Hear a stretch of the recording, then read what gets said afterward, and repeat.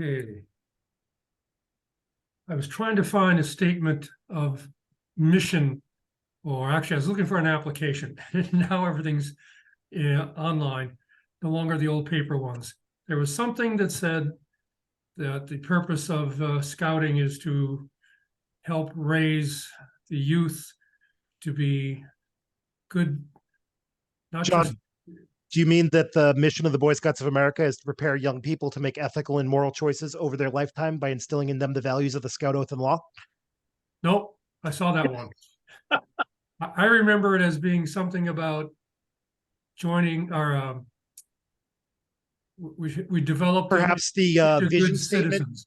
the Boy Scouts of America will prepare every eligible youth in America to be a responsible, participating citizen and leader who is guided by the Scout Oath and Law. The vision That's statement closer. of the BSA. That's closer. I wanted to get the point about being a people of good character that are in turn good citizens. And for the Pledge of Allegiance, we often recite that by rote without thinking about it too much. So at the opening of the meeting, I like to have a little description of it, of why we should be paying attention to the Pledge of Allegiance, not just reciting it. And I have this list of things that can be, oops, I'm not seeing anybody else. Oh, just Joe. I'm only seeing you on my screen. We're all here. Maybe it's the go-to meeting. Michael O'Neill is now back in front. I'm here. On the main We're all screen. here. Yeah. Yeah.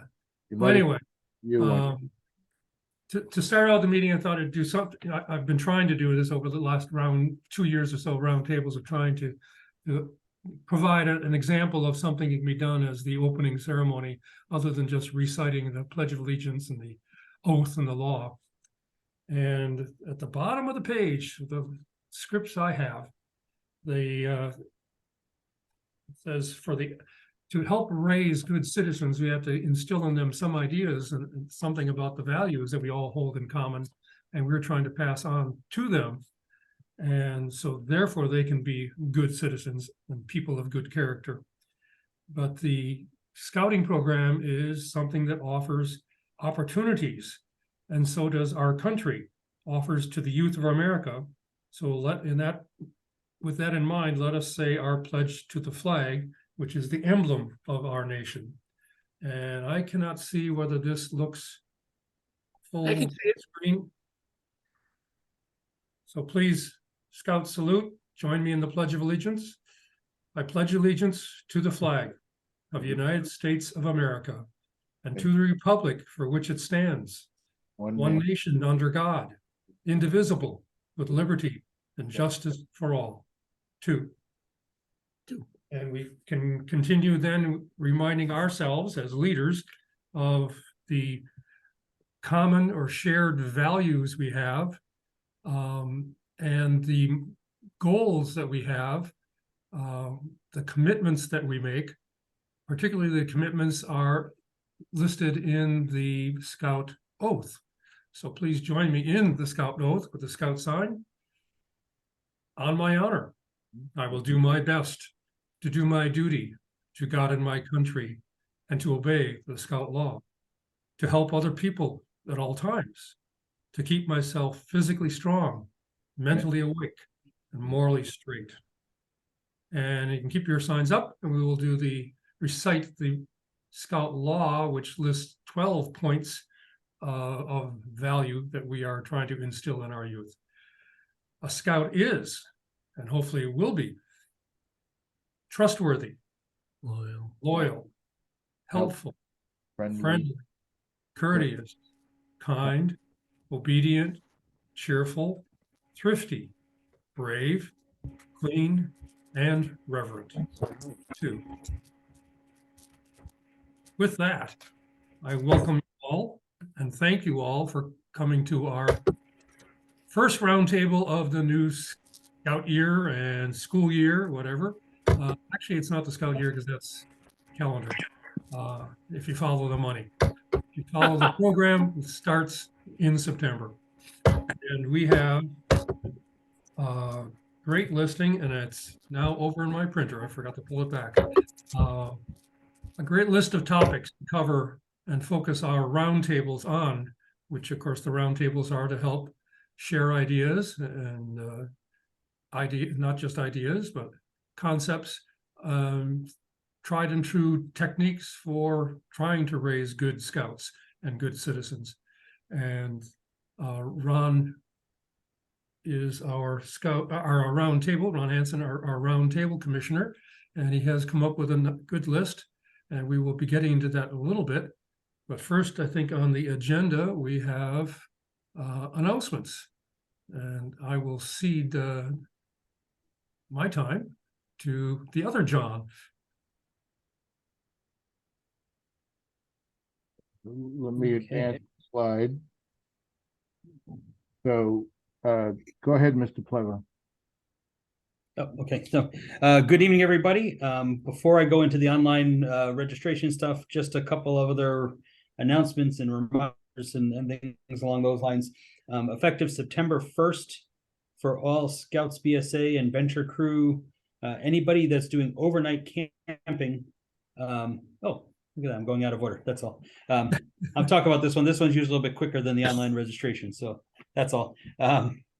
Any overnight camping with Scouts BSA now requires anybody attending to be registered with the Boy Scouts of America. Being registered with the Boy Scouts of America then means that that individual has taken youth protection training and also has been gone through the federal background check along with the Massachusetts Corey background check. This is I'd say a result of the bankruptcy. One of the things we want to ensure is that we are providing the safest program around, and this is just one extra layer of safety that we add to the mix, making sure that anybody that's spending the night camping with our youth has been background checked, has done the youth protection, those sort of things. So that is in effect now. They did they announced it back in May, but made it effective September, so that folks that had already made plans for summer camp could still do the swapping, and some parents and some leaders and that kind of thing. It didn't have to go too crazy getting that in place for summer camp, and that's the choice of the timing of that. You do have folks that sign up just to be merit badge counselors, and they're paying the $25 fee to do that. Those folks are only registering and serving in the capacity of a merit badge counselor. They're not serving as a assistant scoutmaster role or a committee role, or they don't count in the 2 Deep leadership in general, and they are not eligible to go camping. So if you have folks that are just signed up in that merit badge counselor role, they aren't eligible for the camping part.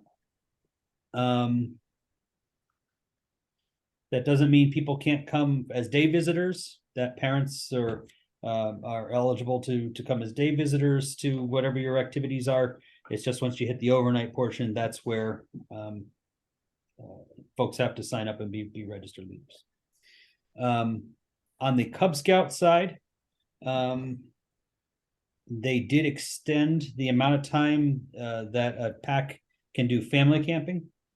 So previously they could do one overnight as part of a family camping experience. Now it's been extended to 2 nights. So they could do a Friday night, Saturday night as part of a weekend thing and do that. And what qualifies in that role is that's the parent or guardian is with the child. That parent or guardian does not need to be registered, because they're really just looking after and working with their own child in this family camping atmosphere. So questions have come up about that.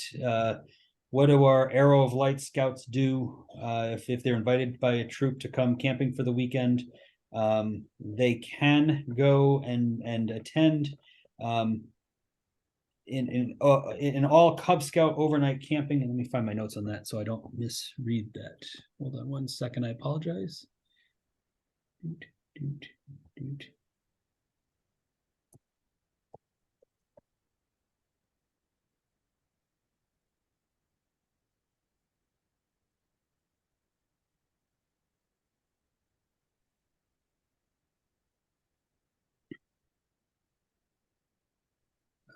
Sorry.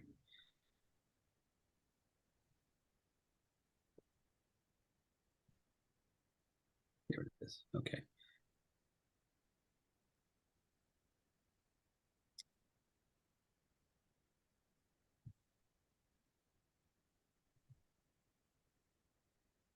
I lost my notes on that. I apologize. All right, so let's if I find it later, I'll circle back or email it to everybody. But the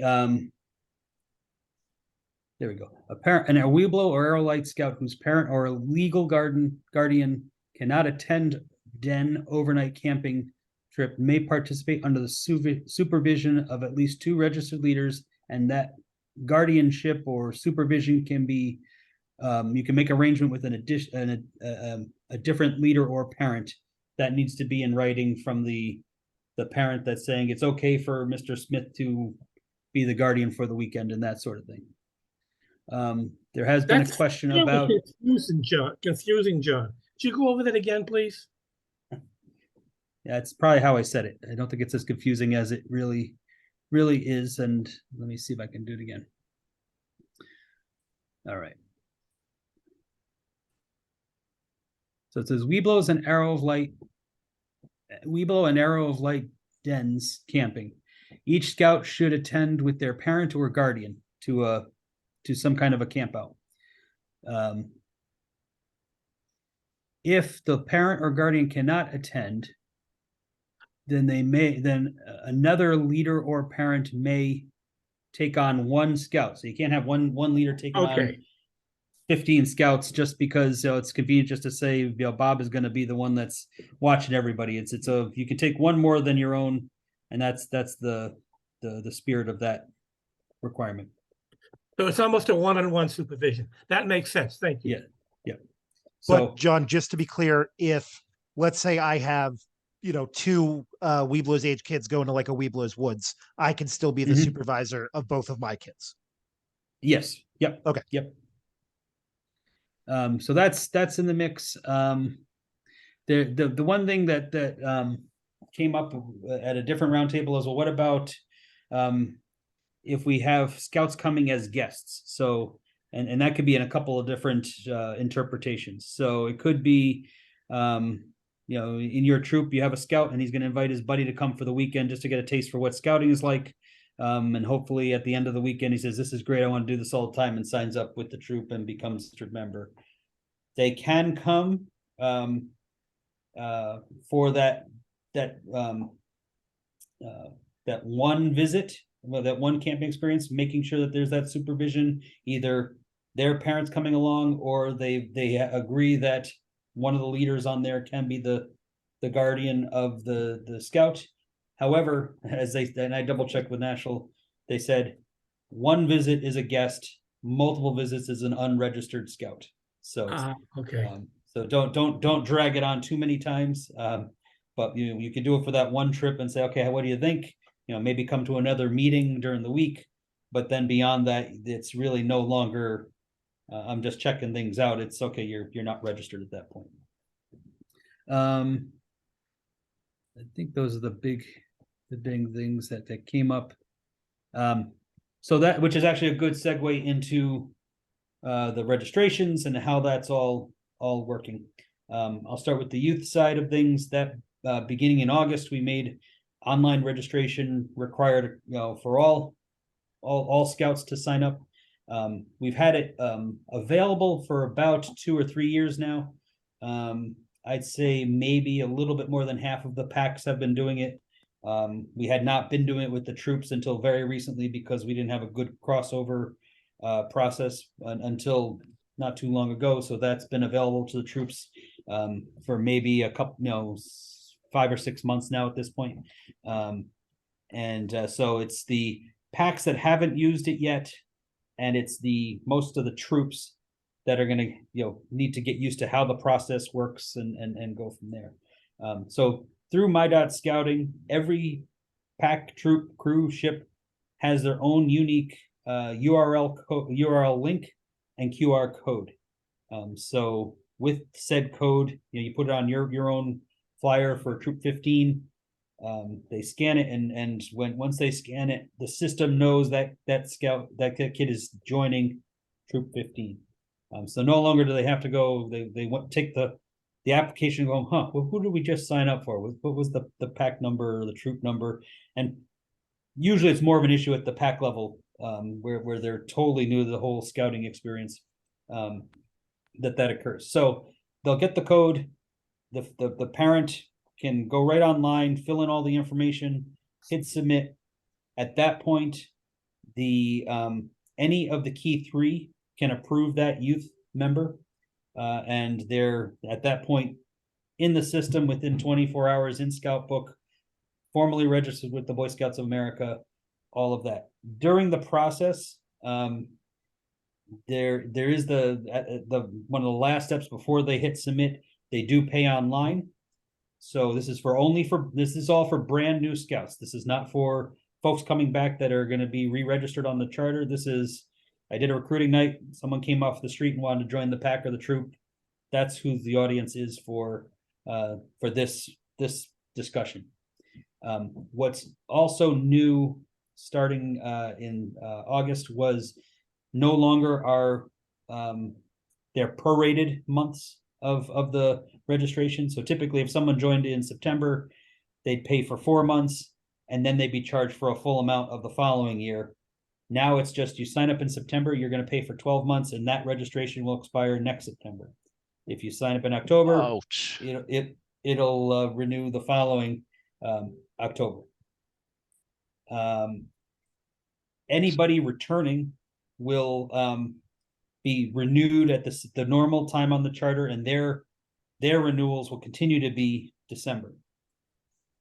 The way the system is going to be set, and it's not completed yet on the back end of it all, is similar to youth protection. Roughly 60 days out, that family will get start getting notices, as will the key 3 of the pack or the troop, saying, hey, your registration is due to expire in September. Do you wish to renew? And they'll do a couple of reminders up to the month that they would expire in. And again, that notice will be going both to the individual as well as the unit. So the unit could say, hey, we noticed that you're still getting these reminders. Are you coming back? And kind of, find out what their intentions are.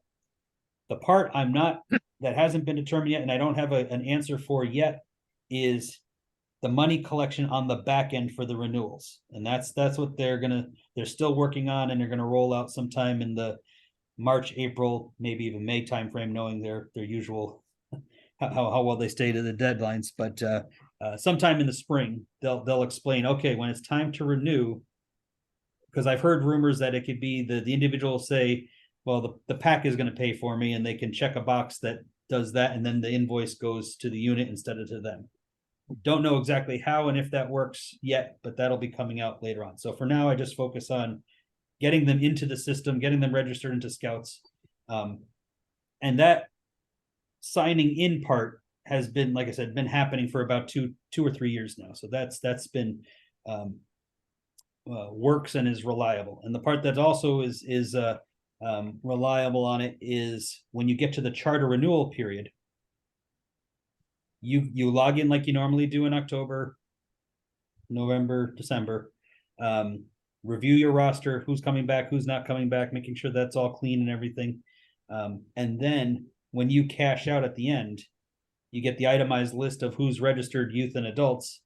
There's 2 categories in youth and 2 categories in adults. So anybody that signed up in the fall, let's say you signed up 15 new Scouts. When you get to the charter, it'll say 15 prepaid youth and then 0 for how much you need to collect or pay, because they've already paid, here in the fall timeframe.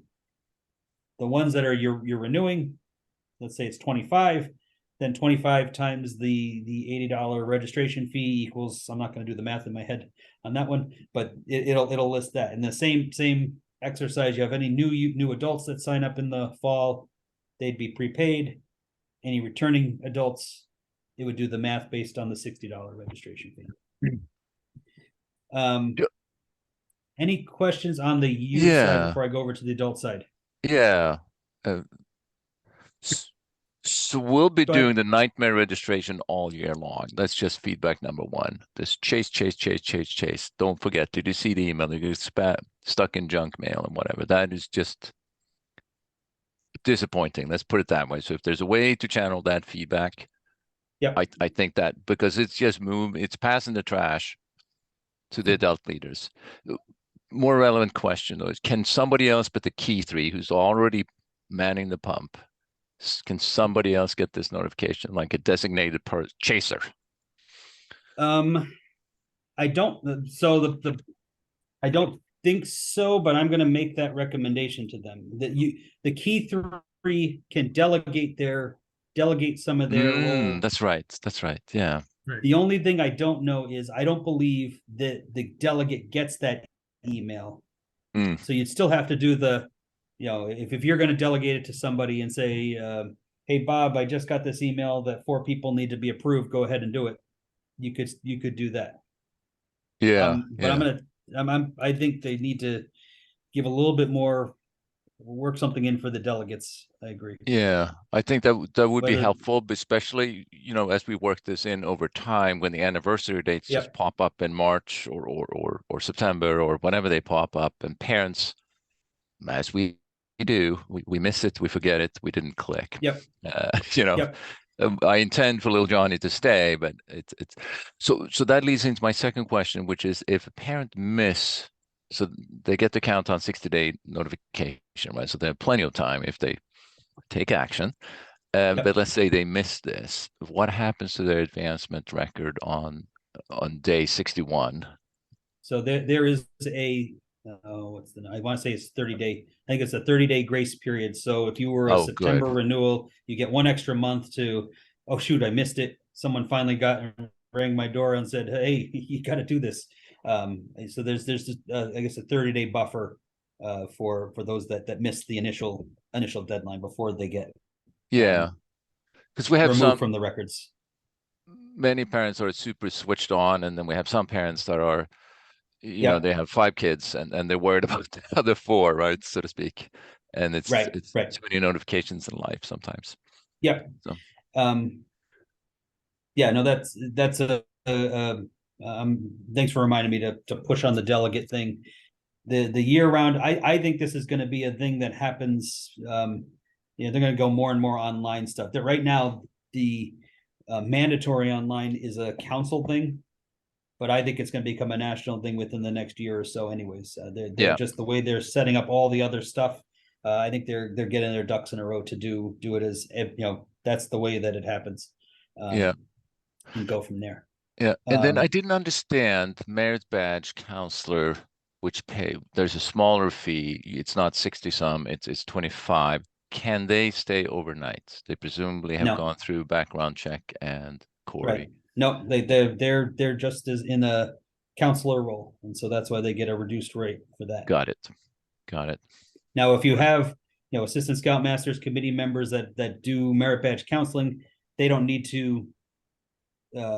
They don't pay the 25 and the right. The 60. Yeah. Their $60 would include it all. So, and they'd be multiple in those roles. Yep. On the adult side, sorry. Anything else on the youth ones before I go to the adults? And if you're going to ask questions about partial payments and that, hold that question until I get through the adult side, because I'll talk about payments in general after the adult section. Got it. So starting this past Monday, we went live on allowing adults to sign up for leadership roles online. It had been available for quite some time, but because we didn't have a way that we felt comfortable making sure that the Corey background checks from Massachusetts were being done, we didn't opt to make that available until recently. So it's open and available now. As it says on the screen, starting November 1st, it will become required. That gives us a month and a half to kind of work through the bumps and the ups and the downs and figuring out we got to remember to talk about that or show how to do those kind of things and make sure folks really know how to navigate through that part. And I had a question last night at the Flintlock Roundtable. So if we turned in applications and they weren't processed yet, does that mean that we gotta, you're gonna throw them away and the person has to go online? No, we'll still do the paper ones and get those processed, though I don't think we have too many at the office right now. And the way this works is just like the youth registration, that same URL link or QR code. You give that to the individual, they go online, they put in all their information. And actually, let me back that up a second. So before you give them that code or that link, you want to make sure they've taken youth protection training, and you want to give them the link to a JOT form where they will submit their Corey application online. So we set up a secure JOT form link where someone goes online, they upload a picture of their photo ID, they answer all the questions and the parts that they normally would do on the form in writing, and then it's sent securely to us to do that Corey check that we do at the office. So once those two parts are done, then you can give them the code so they can go online, fill in their information. Once they hit submit, a notification goes to the committee chair and to the charter representative. The committee chair is the first stop for that approval process. And what they're going to do is make sure that the Corey has been submitted. And what will happen is when the individual submits their Corey online, they get a confirmation email. And what we're suggesting is have that individual forward the confirmation email to the committee chair, just so they say, yep, you're good to go on that. And then the other thing that the committee chair needs to do is assign or recommend them for whatever position they're signing up for. So the individual isn't checking a box saying, I'm going to be the treasurer, I'm going to be the den leader, I'm going to be the committee member, whatever the role is. The committee chair is going to confirm, yep, this person's signing up to be XYZ. And there's a section in the application notes, and there'll be a tutorial that Denise is finishing up that will be going out probably Monday or Tuesday next week. If you're familiar with the Be a Scout pin video that she did maybe about a month or so ago, she's doing a similar kind of screenshot step by step. Here's what you'll see, here's where you click, here's what you do, and all those kind of things. So once the committee chair has made that recommendation and says recommend, then it goes to the committee, the charter representative for final approval. And at that point, they get the application, they can look through all the bits and parts of that, but they can also get the recommendation from the committee chair saying, yes, I know this person's been Coreyed and has submitted a Corey, and yes, this person is going to be our Cub Master or our Den Leader or our Assistant Scout Master, that sort of thing. Once the charter rep hits approved, then it's in the system, and pretty quickly, within 24 hours, they're in Scout Book and are registered with the Boy Scouts of America. So why are we making a push for all this mandatory online stuff? First, as I had mentioned, I think it's going to be something that's coming down the road anyways, so we might as well get ready for it. But we had 3 or 4 other key reasons for why we really think this will be beneficial and good. I think first is speed. Someone signs up on a Tuesday night, youth or adult. Let's talk about how the old method used to work. I would go to a sign up night on Tuesday night. I fill out the paperwork. I give it to the person at the desk that's collecting all that information, if they turn it in at that point. That sits with that person overnight, a couple days. They finally get it to whoever's going to run it down to the office to make sure it gets turned into us to get processed. So let's call that Friday, and then it gets to a stack of with 200 other units that are turning in paperwork that has to make its way through that to be manually entered. That could take another week or so before the person thought they were joining here finally are registered way over here. So from a speed timing standpoint, this will be great in that regard. I call it the handwriting analysis unit is my other one, is what we get sometimes written on paper, and trying to decipher handwriting between numbers and what's that name and all that sort of stuff. This takes the guesswork out of that. From a privacy standpoint, the parent is the one that's entering the information. It's going into the computer, and then it's off into the database. It's not on a piece of paper being handed to someone that's collecting it, that's bringing it, handing it to someone else that's going to bring it to the office, that finally gets to the registrar to put in. It's just the parent set of eyes putting it into the computer, for their own information. And then finally, from an accuracy and completeness on the application standpoint, you don't know how many 30-year-old tiger cubs we get because the parent put their own birthday instead of the kid's birthday in that box, or more likely in the adult side of things, they forget to initial the tiny little lines that say initial here, or they leave out all or part of their social security number, or they didn't check some of the boxes on the side, the questions 1 through 6 and all that sort of stuff. So the way the system is set up, they can't pass go until all the right pieces have been filled out. The other thing that the system will snag is to make sure that they do the disclosure page. Sometimes because it's a couple pages away, they forget to flip over there and get to that page where they agree to, be subject to background check.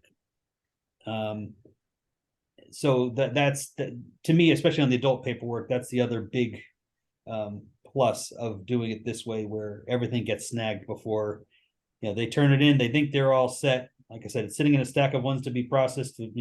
A week or so later, we finally say, "Oh, that's nice. You're still missing stuff." We send it back to the pack or the troop to chase down that person, and you're going back and forth a couple of times and doing that sort of thing. So one of the questions, before we talk about payment, any questions on this sort of stuff so far?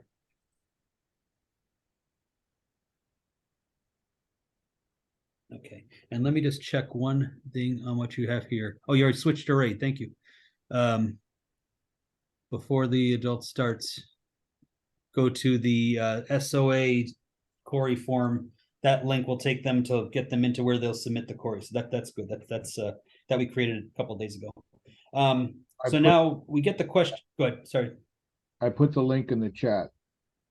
Thank you. We get a lot of questions as well. We like to pay for the joining fee for all the scouts, or we want to cover the Scouts Life subscriptions, or we give everybody a couple $, we subsidize a portion of the adventure card or the registration fee or something like that on the youth side. And then on the adult side, we often pay for our leaders or pay for a portion of the registrations. On the youth side, our suggestion is, many groups also charge their own local dues. Whether it's a $50 annual fee that covers the badges and some of the supplies and stuff like that. Some do monthly dues. Each unit kind of runs it their own way of how they handle that part of the thing. Some do pay as you go, different things along those lines. So what we're suggesting is, have the parents pay all the national and council fees online, get that done and out of the way, and then apply any of the discounts that you normally would have done towards the pack or troop dues. And you could do that. You could do credits towards upcoming trips. If you're going to the Museum of Science camp out, okay, well, normally we would have paid for your joining fee of $25. Now you get $25 off the Museum of Science trip or something like that. That's stupid. Or you could just, Go ahead. well, Sorry, John, that's just lame.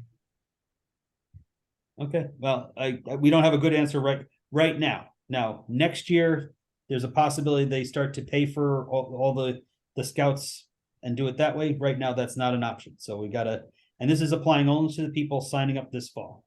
So at charter time, you can do whatever you're doing, for the returning scouts, and kind of go from there.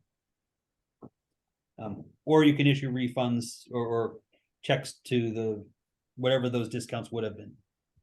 So units would have to write, 10, 20 checks to adults to cover their registration fee. So the other thing that a couple of other units had mentioned they were going to try is, if they have new adults signing up, have them do it at a committee meeting or at a troop meeting or something like that, so that the treasurer with the troop card you do your stuff. When you're ready to check out, flag me down, and then we enter the card for that person and do it on site there. Not every troop has their own ATM card though, but that's a good Right. suggestion. Thank you. Sure. Hey, John, just to interrupt you for a moment. John Tumlin, just to make sure he's okay there. You just sleeping or hey, John Tumblin. He's snoozing well, I guess. I'm gonna jump off video and give him a call and make sure everything's okay with him. Okay. Thanks, okay. Art.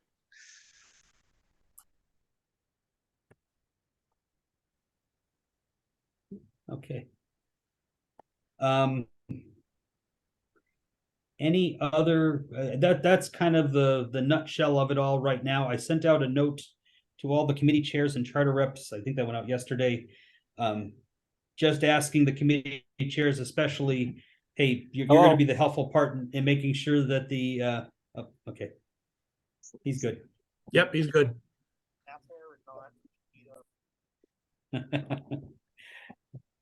Just to make sure that they can help us with the Corey collection process.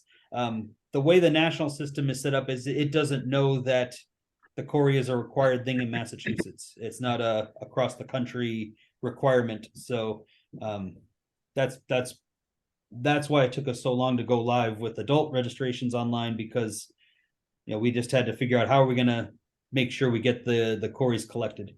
Do your best with that. If one or two fall through the cracks, we're going to be checking on a weekly basis anybody that signs up, all the new adults that sign up. We already have the database of who we got Corey's form for, and we'll match them up. And if we notice, oops, we never got the Corey for that one person, we can suspend their registration, let them and the unit know you forgot to do the Corey.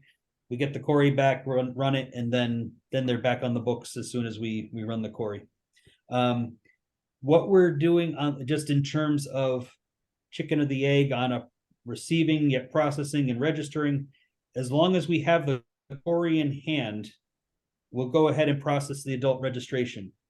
If the Corey comes back with anything negative and we need to address it, we will suspend the person, contact them in the unit and say, hey, we had an issue with your Corey. We need to talk it through. Some of it is minor stuff that can be explained. Others is more serious to go, well, sorry, you can't continue.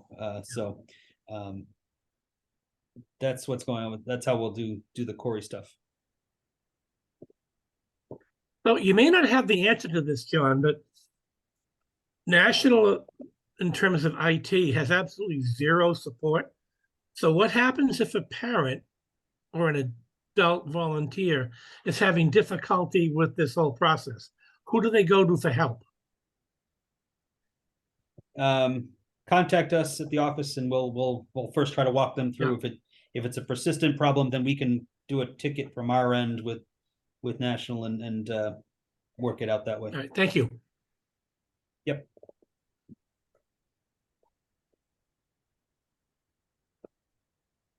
All right. Any other, and what we're going to do is we're working on a registration page. It's similar to what we had for a chartering page for the last couple of years. And this will have a lot of these, here's the step-by-step to approve a youth. Here's how you get your links, and here's how you accept the applications when they come in and all that sort of stuff. And it will also have the various tutorial videos that we're putting together to kind of do a screenshot, walk you through step by step how to get through some of these things. The one that we're working on right now is the adult application approval process, because that one has a lot of different moving parts to it. I think that we should have that ready by Monday to be able to. We'll email it out, but then there'll be a spot on the Scout Spirit website dedicated to all this, the various registration stuff. Any questions? Thank you, John. Yes, right now, based on the June 1st change in policy, it seems like we have sort of three levels of adults now. We have your unregistered adult, you have a registered adult leader, and then you have a registered but suspended because their YPT has elapsed. And I'm looking up one of my people right now, and the registered but suspended removes them from Scout Book. So, and apparently if you turn your YPT, it puts it back in again. So, but there isn't a way for me to easily go ahead and, besides the fact that I knew this person used to be an adult leader, is there a way to go ahead and query that sort of registered but suspended list in any way? I know I get the Dunning email, it comes out and says you got to do it, you got to do it. But I've had several of those come through, and I think all. I know we can do it at the council level. Let me see if it's something that can be drilled down to the unit level, or at least the district level. And then if we had each district has a YPT champion, or should, they could be the one that says, oh, by the way, you still have these people that are suspended, and that kind of thing. So let me find out how that can be best done. Okay. Yeah. One of the people, I think the last email I got was about a month ago, and I don't need weekly emails, but Right. But I kind of say, yeah, I wonder what her status is. I haven't heard anything, and I looked in there, she's not on Scout Book. So, Yeah, I think you're right. I think we give us a lot of more needling on it's about to happen, and maybe one or two right after it happens, and then I think Denise is going to do it on a monthly basis, just kind of go through the list and say, hey, you're still suspended, what's going on? And we'll leave them, on the list but suspended until charter time, and then the unit will be able to resolve it at that point.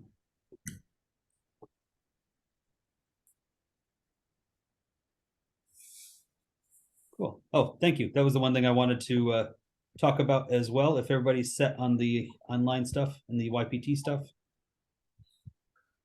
And this is the Merit Badge Day at MIT. It's first time in a bunch of years that we've been doing this. I forget what Darren said. It's been a good long while since we last done a partnership with MIT. But we'll have a Merit Badge Day October 29th. And it's to sign up to help out at that. There's the links on that. So that's exciting that we're doing that again. Is that going to be one day? That's a 1-day event. Yes. So what happens don't we need 2 days to do the merit badges? I imagine there'll be some prereq work, and then there might be some communicate back with your counselor after the fact, electronically. Or they're doing badges. I can speak to that a little bit as I'm helping to organize the event. One thing I want to clarify, it is not at MIT. It is in Cambridge at the Cambridge Innovation Center. It's right next to MIT, and a lot of MIT people are going to come over and help with workshops. And we got invitations to tour some places at MIT, but it's not at MIT. They were difficult to coordinate with directly. And then as for 1 day, 2 days, we've got a really nice facility that we're getting, but we have it for 1 day, and there'll have to be prereqs that are going to have to be done ahead of time. And we desperately need volunteers and merit badge counselors. Please share with all the adults in your troop. And there's a sign-up sheet there, and we're trying to fill it up the best that we can, but we got to get word out to parents to sign up, but we can't do that until we know exactly what we can offer. But we have some great stuff: tours of the nuclear reactor, a robotics competition held by a robotics research group at MIT. MIT Model Rocketry is going to be there to assist in the space exploration badge, and an Eagle Scout who runs the entrepreneurship program at MIT Sloan School is going to be offering entrepreneurship. So we got a lot of great experts lined up, but we can't offer the merit badge workshops without YPT and counselors. With that, I'll return it back to you. Thank you. So I have a question on the counselors. We've had a sort of, an annual struggle. We get our counselors signed up, and then they all get taken off the list again because we failed to do something. I think we have one counselor in the troop right now that's official. What is their, and as I said, and whatever reason, the online registration and all that is, seems like that's going real slick. Merit badge counselors has just been, I don't know, it just hasn't worked for us. So what is the requirement to be able to support this? Do you need to be a registered as a merit badge counselor to support this? And then I guess how does that also apply to your MIT folks? Do you have to go through the process with them if they're Yeah, I can speak to the second part first. Okay.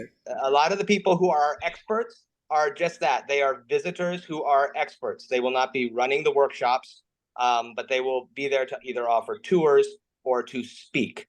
So think of them as walk-on guests at the event.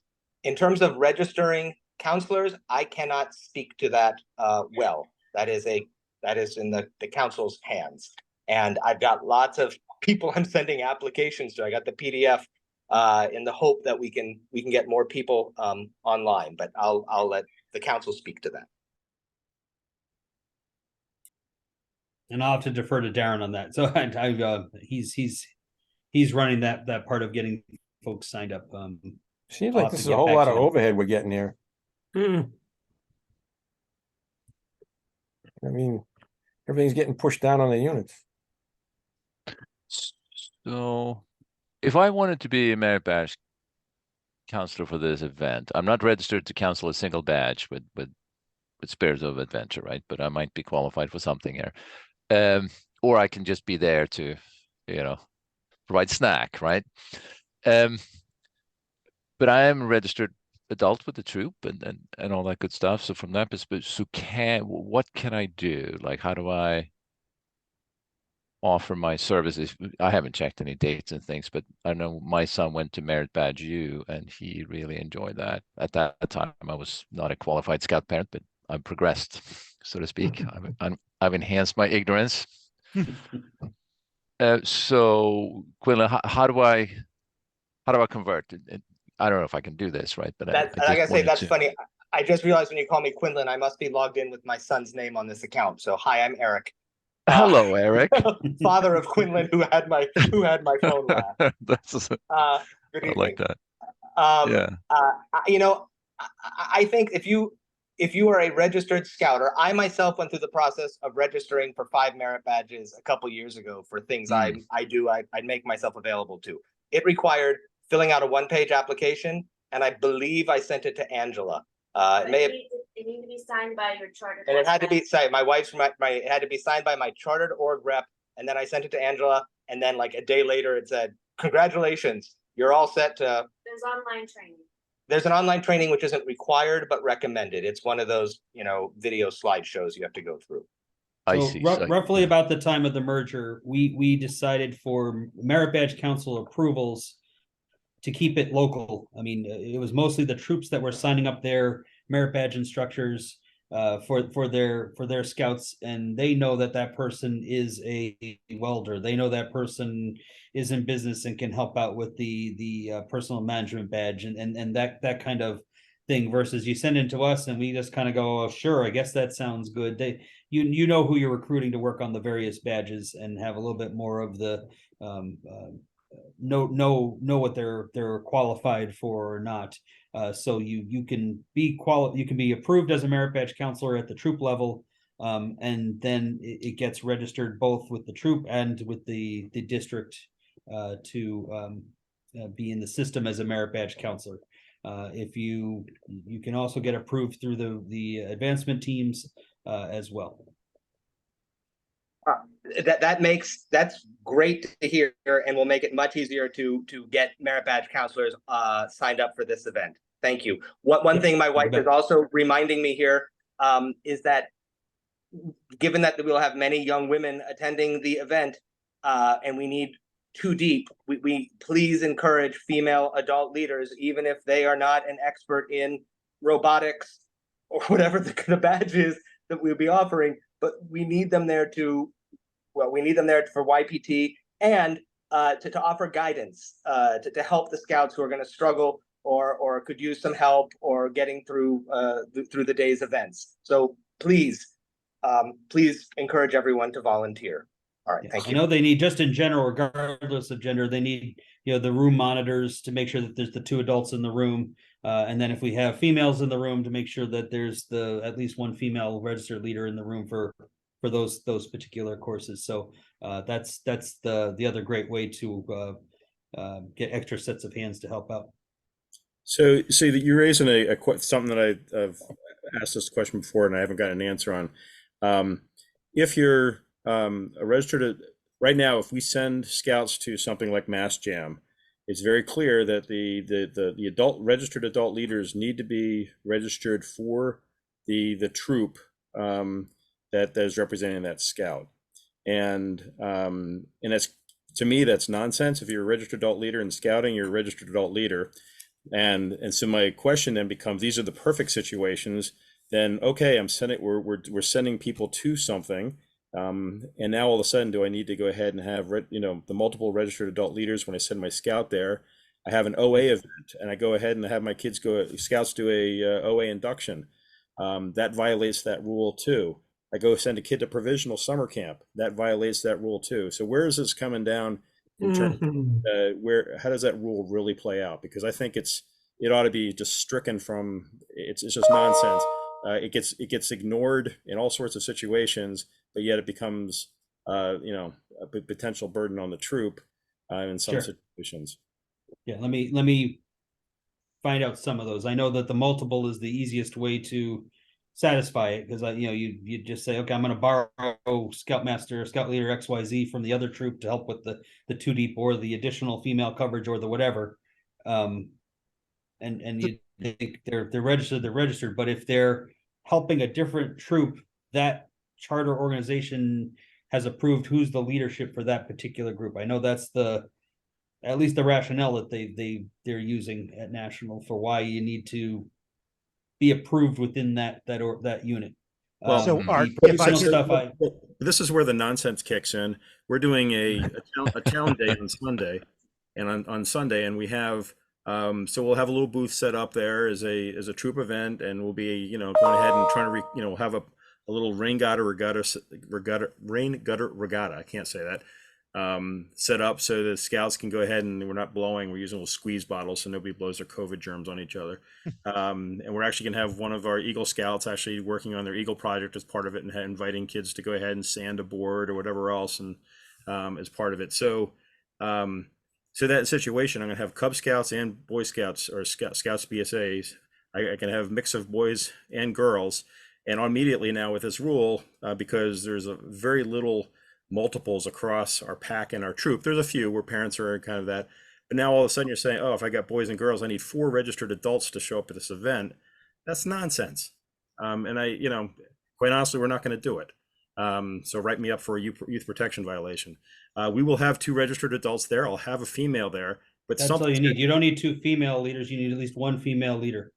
Well, but if it's not the unit that person belongs to, because I got Cubs and Scouts, I think we got to get rid of that rule, because it's just nonsense.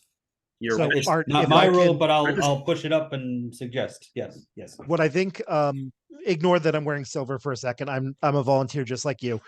My understanding is that it was sort of a carrot given to chartered organizations, because when Troop 304 Belmont goes camping, it is a program of the church or American Legion that you meet at. When you come to an OA event, that is a program of the council, which so liability insurance is going to fall on the council, not on the church. So making sure that adult leaders are, I believe there's an opt-out for being from the same chartered org, that you don't need to be from the same unit, just a unit chartered with the same organization, so that all of your leaders are approved by your chartered organization for running programs of your organization.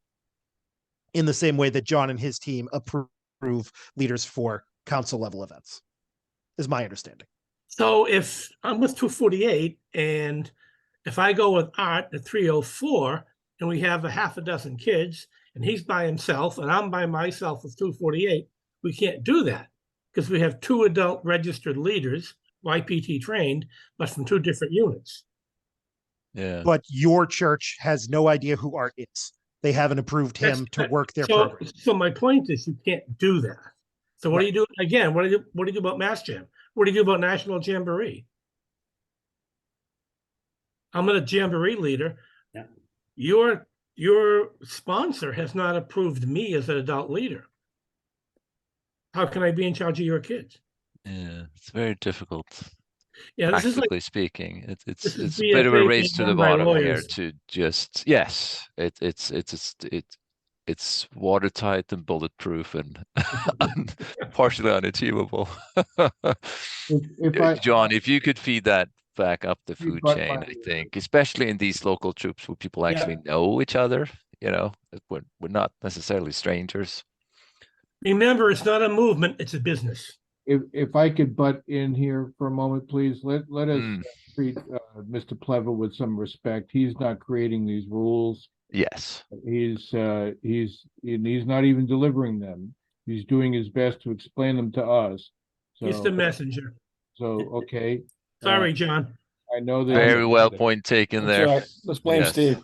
he's So- more than happy to converse up the chain of command to the extent that he has access.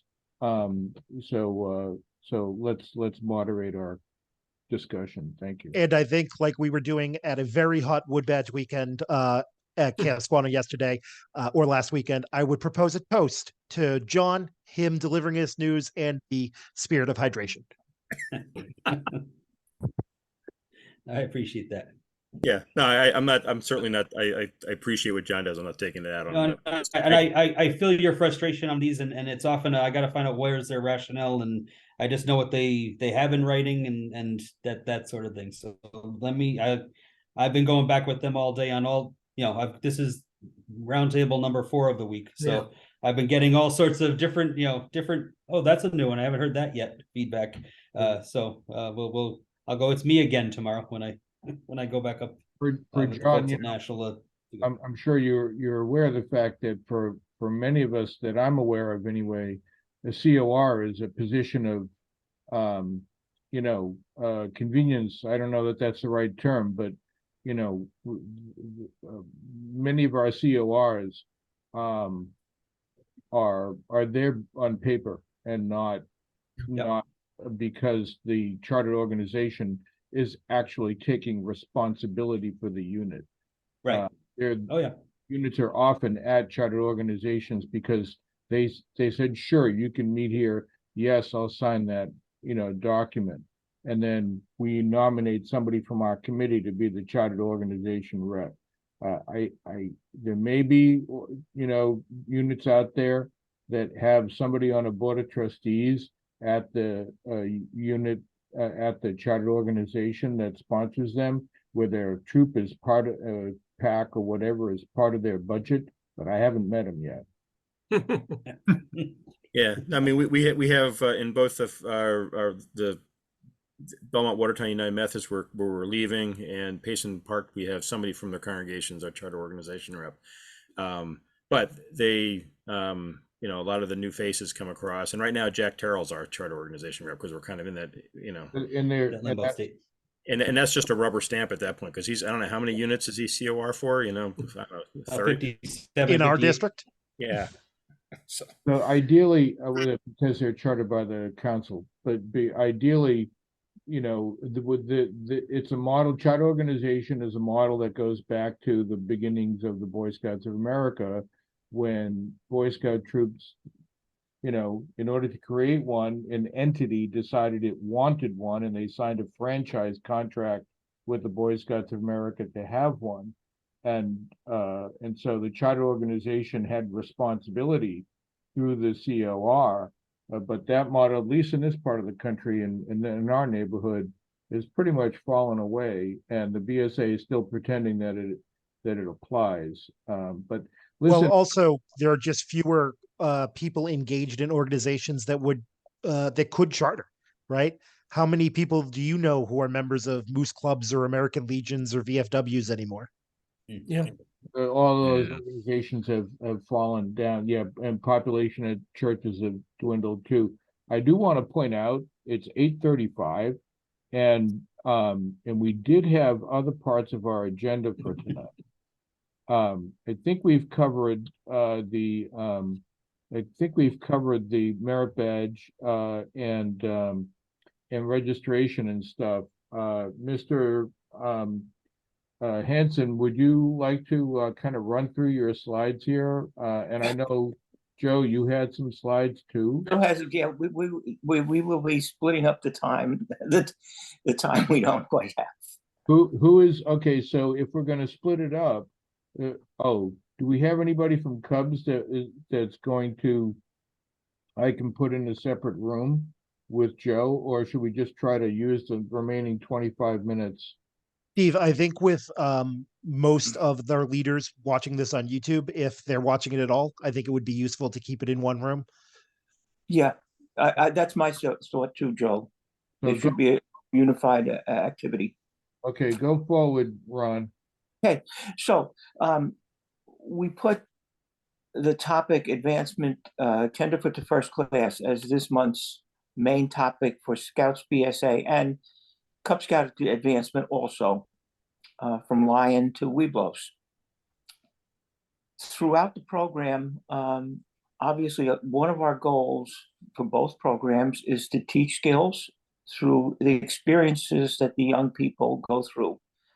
And I think, Joe, you'll agree with this, for all of this is a phase of learning, then testing the Scouts' abilities in the skill, and then a review process, and then finally recognition. And that, quite honestly, if the unit is doing a good job program-wise, advancement will happen naturally. Important point, I think, and I've seen this happen, and I've always kind of worried about it, is that advancement is only one of the methods of scouting.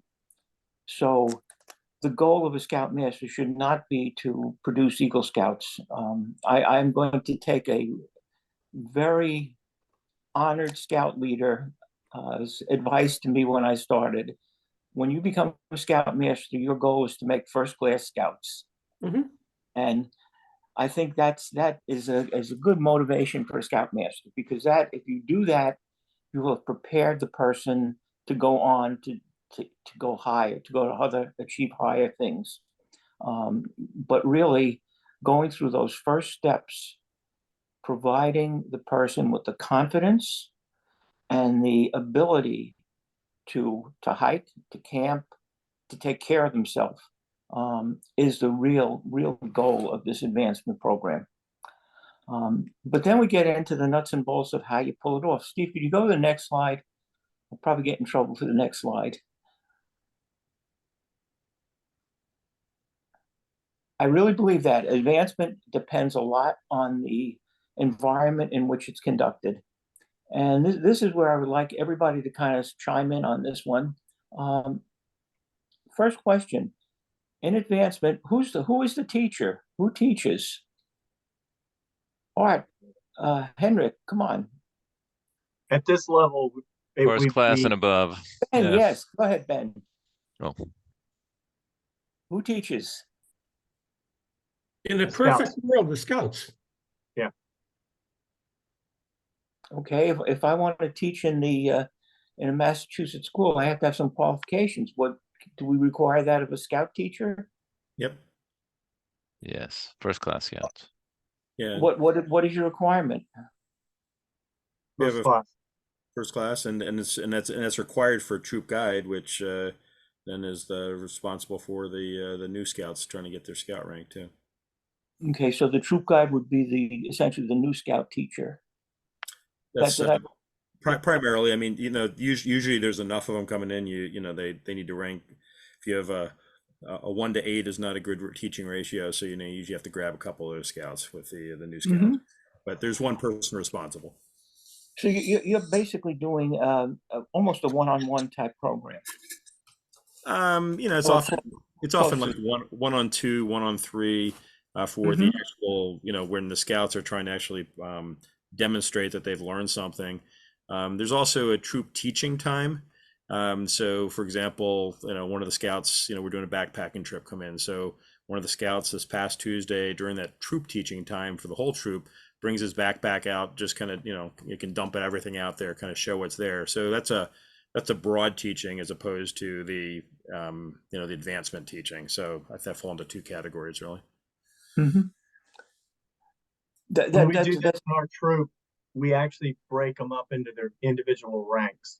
Because like to keep it active, because the second class scouts who are going to first class are different, need a different level of, I guess, training than, scout, lieutenant, foot, etc.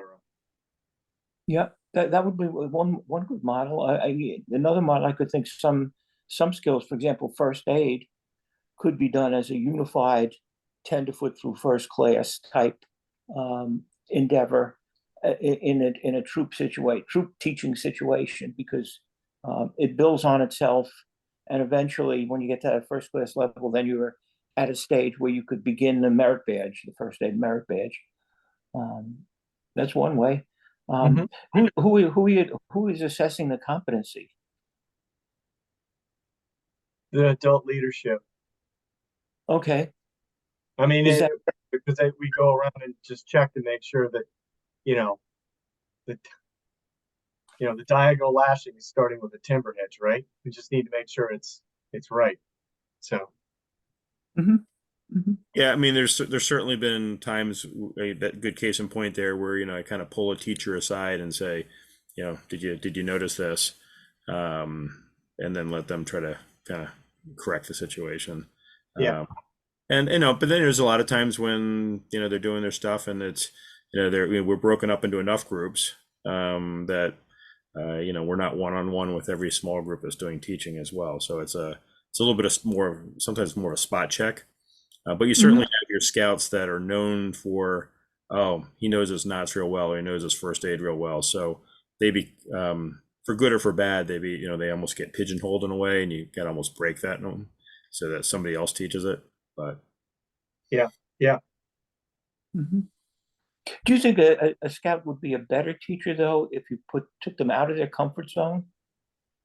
The guy who knows knots teach first aid, and the guy who knows first aid teach knots. Well, maybe not on the first night, but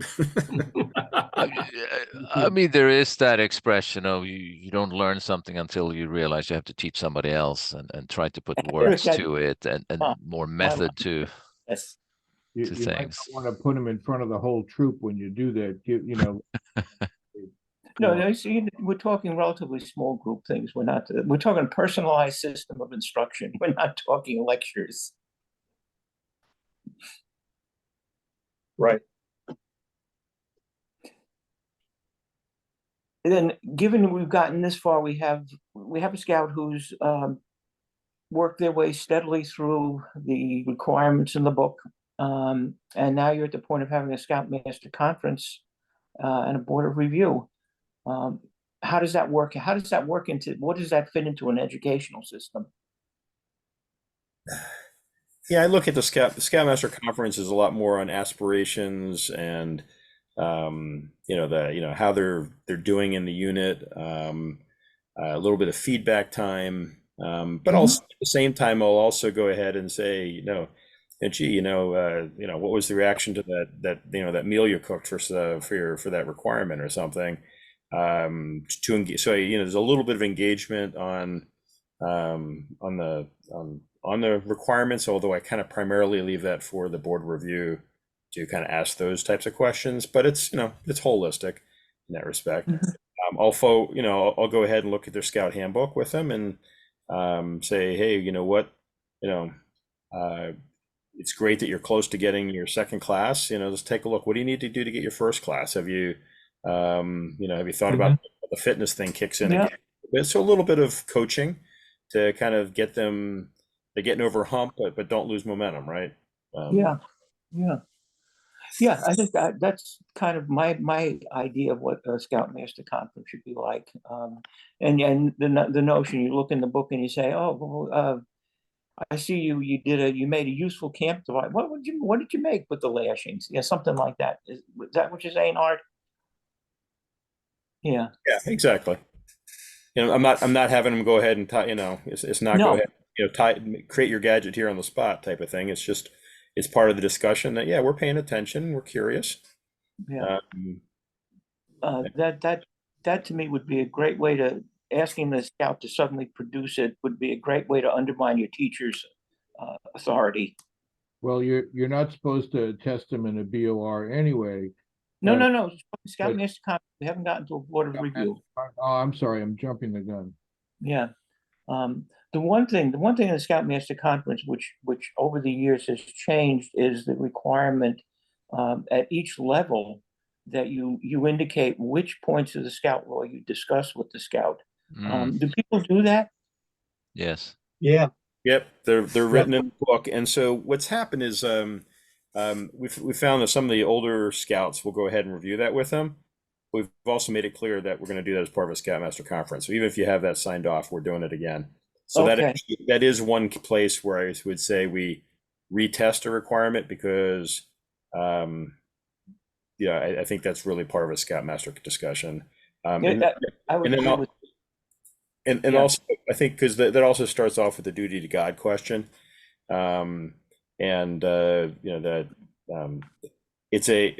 it's a good question to ask. And at the young ranks, they come in and a bunch of scouts. Well, we don't go to church. Gee, they start off so apologetically, and I have to turn that around. I let them go, and I have to turn that around. And where we were meeting, at least there was some of the sayings up on the wall that talk about loving people and justice and mercy. And I said, yeah, do you kind of agree with those things? Okay, so let's start with what you believe in.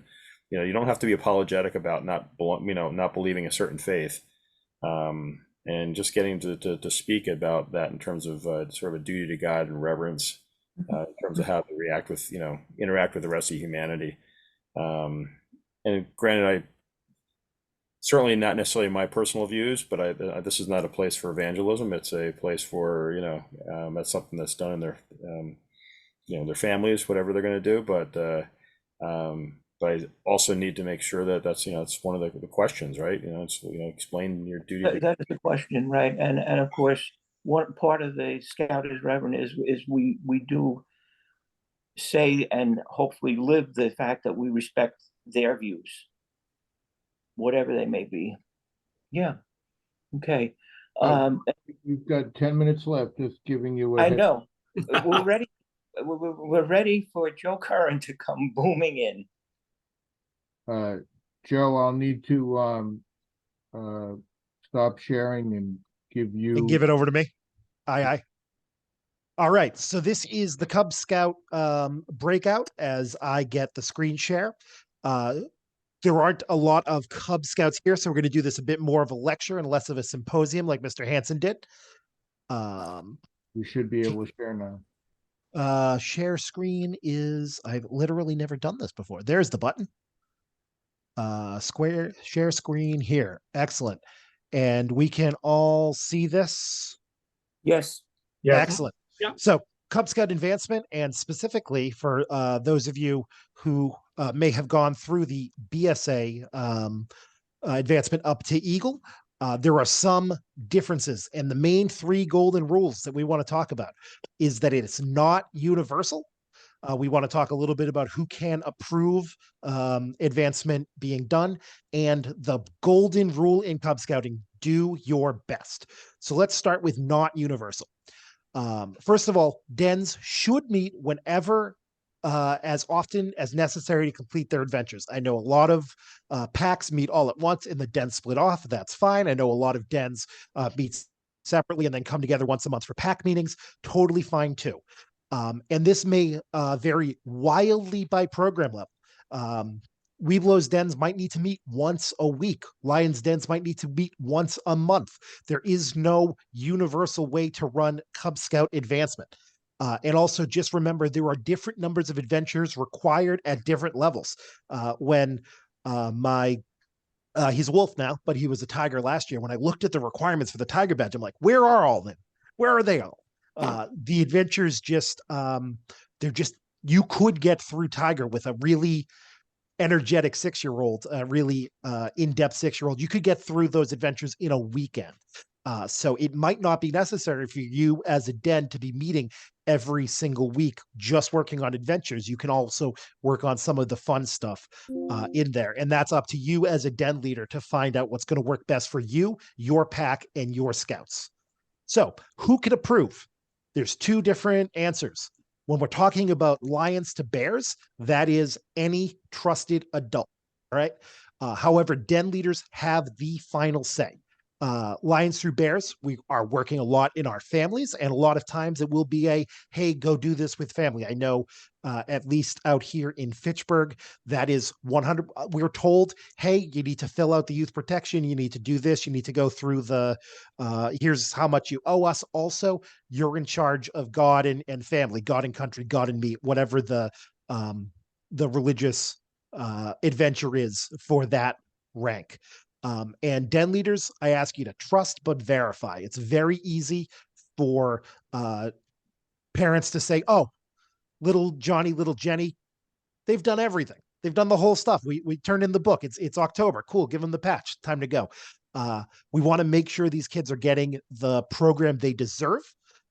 So we're going to trust but verify. And for Weeblos Scouts, that's not only Weeblos 1s, as we used to call them, and Weeblos 2s, or Arrow of Lights, as they're increasingly being called. Anything after Bear, only the den leader has the authority to sign off on adventures being completed. So that's important to remember. And the last one is do your best. I've got here a quote directly from the Guide to Advancement. When Cub Scouts have done this, their best effort possible, then regardless of the requirement for any rank or award, it is enough. Once again, regardless of the requirement, when a Cub Scout has done their best, it is enough. And remember, it's not my best. It's not Steve's best. It's not Tim's best. It's not the best on average of the entire den. It is not the platonic ideal of what is best. It is that individual scout's best. If they have any difficulty whatsoever because of developmental issues, physical issues, or they're just not figuring out the square knot, they can't wrap their heads around it. No, don't wrap your head around a square knot. That sounds dangerous. But if they're having a hard time, as long as they're going out there and doing their best, they have completed the requirement regardless of what it says. So another big difference between Cubs and Scouts is Scouts are recognized immediately. Generally, first of all, they should be congratulated immediately. Timmy, you did it. You completed Weeblo's walk around. Hey, Jenny, look at you. You've got a bear one. And recognition should be given out as soon as possible. Generally speaking, that monthly pack meeting, if you're in that structure, should definitely be it. I know a very common little tip is those. I know you can't get the advancement, the actual pins, the belt loops, or what have you, until the advancement report goes to council, and then you got to do the thing. But those cards that say you got a belt loop, they'll just give those to you. They don't even card you. So get a bunch of those, a stack of those for your den leaders, so that when they complete an adventure, you can, to Johnny Bear Scout completed a bear requirement. Here you go. They get the card right away, because we want to congratulate them immediately and give them that recognition as soon as possible. And directly from the Guide to Advancement again, awards should not be withheld for group recognition. It is very common, especially at the higher levels. You want to go, oh, but we want to give them all their award at the same time. That is not in keeping with the standards of the Guide to Advancement. We want to make sure that every scout gets what they're given exactly. All right. So, remember, we talked about learning objectives, that it's not universal, that who can approve it? It's any trusted adult until Weeblos, and then it's only the den leader. We talked about do your best. We drilled that home, and immediate recognition. So with that, I am going to finish sharing my screen. If we have any quick questions, now's the time. Well done. Seeing none, barring any. Excellent. Stop share. Joe, Did that I have work? a Well done. question, Joe. Way to go, Yes. Joe. Mr. Hanson. Joe, in Cub Scouting, the ranks are pretty much grade school based, correct? Mhm. Whereas in Boy Scouts or Scouts BSA, you can work on the 10 to through first class, any order you want, anytime, right? So that's a big difference in the It is a advancement. huge difference. And it's age or grade or both. It's up to the families what they think. So if you have a kid who got held back in the first grade, do they want to go with the age they are or the grade they are? Both of those are acceptable according to the Cub Scout model. But yeah, you aren't going to be working on Arrow of Light stuff at 6 because first of all, it's not in the book that they have, because they have the Tiger Cub book. Yeah. Yeah. I'm gonna butt in again, Joe, awesome, because you delivered a lot of material very quickly. We do have a guest who's been with us waiting patiently, Jen Erickson, who's here to talk about membership and recruitment. So Jen, if you're still with us, you have the floor. I am. Hi, hi everybody. I'll be quick. Just want to reiterate that council is here to help you guys with recruiting and to try to help bring the youth into your units. We've had a really strong push in the fall for recruiting. There's been a lot of requests for flyers, signs, things like that. I think we've pushed out about 20,000 flyers and over 600 signs. So to everybody on the call or everybody that's watching this over the video, or if you talk with anybody, if you are in need of any type of recruiting materials, please reach out to me. I am more than happy to help you design a flyer that we can get printed for you, design something that can be posted on social media, things like that. I'm trying to push to units that they should be promoting any activities that they're planning for recruiting out on community pages on Facebook, things like that. Anything that we can do to get the word out is important. So if there's anything that I can do to help you with that, please reach out to me and let me know. Thank you. Thank you. Thanks a lot, Jim. Look, and we even have 3 minutes left for closing. Yeah, we do. I think what we can do is we'll put our outdoor ethics thing on till next month. That was intended as a kind of filler, but there is a slide there with the outdoor code. Perhaps we could include that as a part of our closing, since no Eagle Scout knows that one. All right, well, let's see. We say it at every meeting. Good for you, Mike.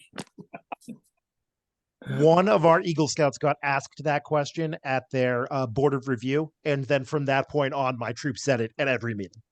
Yep, we I think say it might have been Chris Perry. Oh, well, he's an adult now. I can say his name.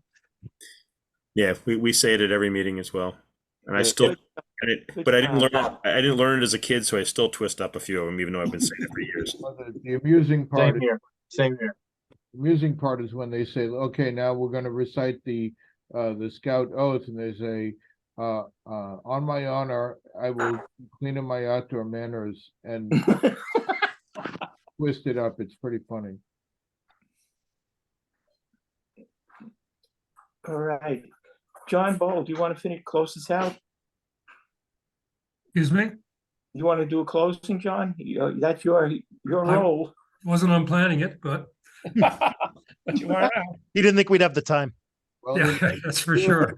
As a matter of fact, we pretty well don't. Superior. But as you all know, for almost everybody who's here now has been at previous roundtables, I always want to thank you all for what you do for your scouts, for your charter organization, your unit, for the families in your community, and our scouts.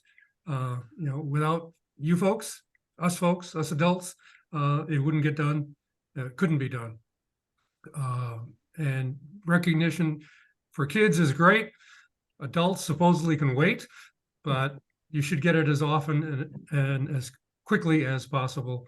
And starting at the first roundtable, I think, is a good place to begin. Thanking you for everything that you do and have done and are going to do. Thanks. Excellent. Very good. Well, with that, I think that we can call the evening to a close. It's 9 o'clock on the dot. And thank you all. If you need the links that were in the PowerPoint to the online Corey form or to the membership day for Cambridge, send me an email at scouter248@gmail.com and I'll forward them along. Otherwise, we look forward to seeing you out there on the scouting trail. Have a good evening, everybody. Yeah. One quick question for Jen. Those signs, are those up in the Woburn office, or are they somewhere a little bit more local to where we are? I do have them in the Woburn office as of right now. I don't think there's any down in Milton, But if you give me a heads up, I can get some down there. If it is helpful, Cambridge has some extra signs for both Scout and for Cub Scout. So if you want to, you can contact me if that's closer for you. Okay. Yeah, I think Do you have enough hangers, those metal? Yes, I got square things? hangers and plastic wrap. I've got a bunch in my garage. okay. Might keep that in mind, John. I have 3 signs, and I guess see if I have hangers in the garage. Thank you. All righty then. Thank you all. Have a good evening. Yeah, thanks everyone. Bye. Peace Take out. care. Thank you.